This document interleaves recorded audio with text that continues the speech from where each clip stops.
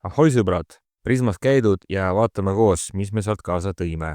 Ostukorv pole suvaline, hetkel langetame kaalu ja toiduained on valitud täpselt vastavalt sellele eesmärgile.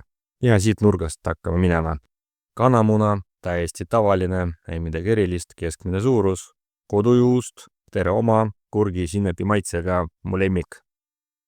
Kilufilee ehk siis natukene head rasva, mõnus, soolane, palju omega-3 rasvhappeid.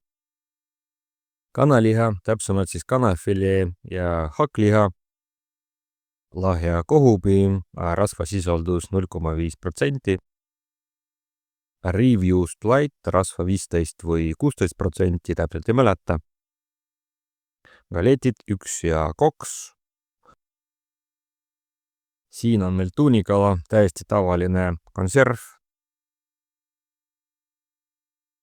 rannakarbid, mõnikord hea panna salati sisse või niisama süüa. Päris palju on köögivilju, siin on külmutatud brokoli, aetoad ja lillkapsas. Siin tulevad veel värsked köögiviljad, hiinakapsas, tomatid, paprika, rukola, šampinjonid ja kõrvid. Ja kurgid seekord marineeritud. Nii, puuviljad, siin on meil õunad ja kiivid. Mõnikord satuvad siia ka vürsikud ja pirnid. Kilepiim, täiesti tavaline, 2,5%. Ja kaerajook. Need lähevad kas omletti või kohvi sisse. Magneesiumiga värska, suht hea, mulle meeldib. Ja siin on magusa nurk. Hermanni pudingit maitse superhea, igas topsis 20 grammi valku.